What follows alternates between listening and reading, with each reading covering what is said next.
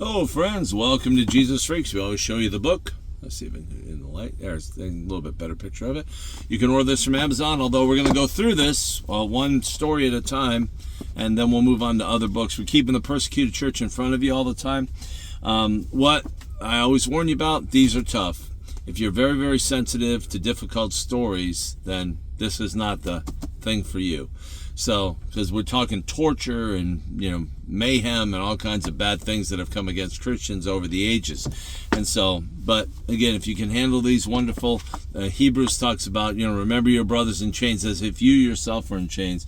By you remembering, and as you hear these stories, I hope you're praying for these people, or praying for people, or praying just in general for the persecuted church. But we keep these in front of you because we always need to remember our brothers and sisters and what they're going through. Always. We should do that till the end of time.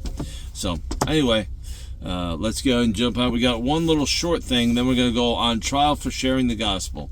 But this little short thing is about a guy who died in Florence, Italy. My Lord was pleased. This is just a quote from a person who was a martyr for Christ. My Lord was pleased to die for my sins. Why should I not be glad to give up my poor life out of love for him? This is Girolamo Savonarola. Martyred in Florence, Italy in 1498. So it probably came against the Catholic Church or something like this. So the Lord was pleased to die for my sins. Why should I not be glad to give up my poor life? I love that, my poor life. And isn't this a poor life in comparison to what's coming? Out of love for him. There you go. Out of love to him. Amen. I hope you feel the same way. I sure do. Amen. Not boasting in that, just, man, you want my life, Lord, here I am. I've got a standing dinner appointment with Jesus. The day I die is a standing dinner appointment. I'm having dinner with Jesus that night. Absolutely. You need to make the same appointment yourself. Absolutely. So let's get into the rest of this story here. Let's see how long it is. It's just a page and a half. Okay, here we go. On trial for sharing the gospel. This is Anila and Parveen, 17 and 18 years old, in Pakistan, 1997. Anila met Parveen at school. As their friendship grew, Anila gave Parveen a Bible and taught her Christian songs. Parveen quickly learned Christian songs and began to teach them to her younger sister when her parents weren't home. Parveen's parents soon learned of the songs. Being strict Muslims, they were not happy about them. But rather than confronting Parveen right away, they had her younger sister try to find out where she was getting the Christian influence. Aha! They're turning the younger sister into a spy to find out where the Christian influence is coming from. Anila eventually invited Parveen to a Good Friday service. When the young Muslim heard the gospel presentation, she immediately accepted Jesus. Well, she'd been singing songs about him. Of course she's going to accept him. Parveen became very excited about her new relationship with Jesus and saw great changes take place in her life. Isn't the inward witness of what the Spirit does? You would think that would convince anybody that this is the truth. Their lives, people's lives, the guy that wrote Amazing Grace was a slave trader. And he wrote Amazing Grace because of how God changed his life from a slave trader to a Christian. Man, just incredible. It's such a testimony of what we believe is true. Our lives have all changed. All changed. Amazing. Amazing. Let's see. Parveen became very excited about her relationship and saw great changes in her life. She read her Bible and praised God boldly.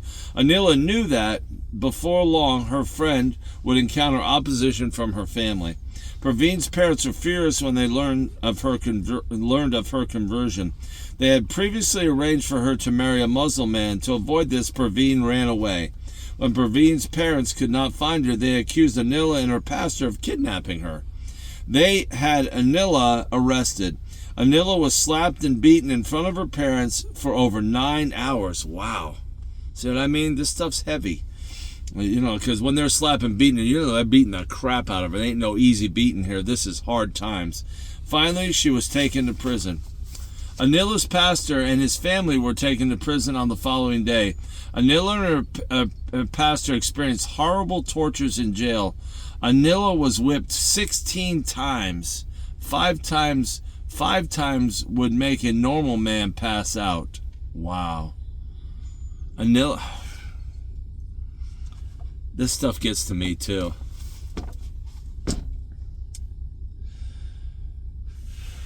I'm okay. Anila was whipped 16 times. 5 times would make a normal man pass out. When they were released, Anila could not sit for 2 months, and her pastor could barely walk from the bruises on his hips and thighs. People are paying a high price for Christ, and one day we may be called to that. I don't know. I'm not predicting anything, but that's why I put these stories out there. I want you to have this in your heart. So if there are hard times ever come to us because of our Christian faith, we've had all this, we've been praying for these people, and God's going to be there for us. If you're sowing seeds of prayer for your brothers and sisters, God's going to be there when you need him. He won't leave or forsake you. Anila was then arrested on charges of kidnapping. She was imprisoned, then released on bail a little more than a month later. She and her family went into hiding as their lives were now at risk. In May 1999, Anila was acquitted of all charges. "I have seen the world," she said, and it's nothing good. It has nothing good. Jesus is my only peace. There are hundreds, probably thousands, of other similar stories that are never told of Christian children and teens being killed by their Muslim parents or siblings. Jesus said this would happen. Yes, indeed. Absolutely. Oh, wait a minute. Oh, okay. I apologize. I skipped over a part here. Let me go back here. I apologize. I missed something because I was crying. Sorry. Parveen was later found by her family. In the hope of restoring honor to his family while following the teaching of Islam, Parveen's brother stabbed her to death. He then turned himself into the local authorities. As it is not uncommon in such situations, he was eventually released without indictment. Anila was then arrested and charged with kidnapping. She was imprisoned, then released on bail a little more than a month later. She and her family went into hiding as their lives were now at risk. In May 1999, Anila was acquitted of all charges. "I've seen the world," she said, "and has nothing good. Jesus is my only peace." And there are hundreds and probably thousands of other similar stories that are never told of Christian children and teens being killed by their Muslim parents or siblings. Jesus said this would happen. This honor killing is real in Muslim nations. You're honoring Allah by killing an infidel, and so that's what Parveen's brother did. And we pray for him that he comes to the love of God somehow and is forgiven of that and becomes a Christian himself. A brother will betray his brother to death. A father will betray his own child, and children will rebel against their parents and cause them to be killed. And all nations will hate you because you are my followers. But everyone who endures to the end will be saved. Jesus, Matthew 10:21 and 22.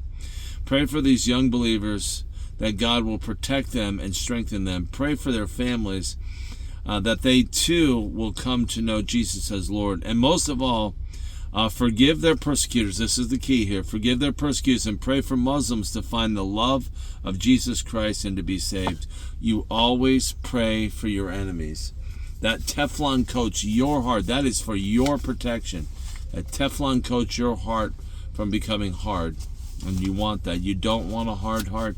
You don't want a bitter root that defiles much inside of you. And that's Satan's plan, is to defile you through bitter roots, through a bitter heart, through anger. And so, anyway, on trial for sharing the gospel, Anila and Parveen in Pakistan, 1997. Love you, can't get enough of you. Sorry about the crying today, but these stories tear me up. Sometimes they're especially poignant, and this was one of them. Anyway, love you, and we will see you tomorrow. You have a blessed day, my friends.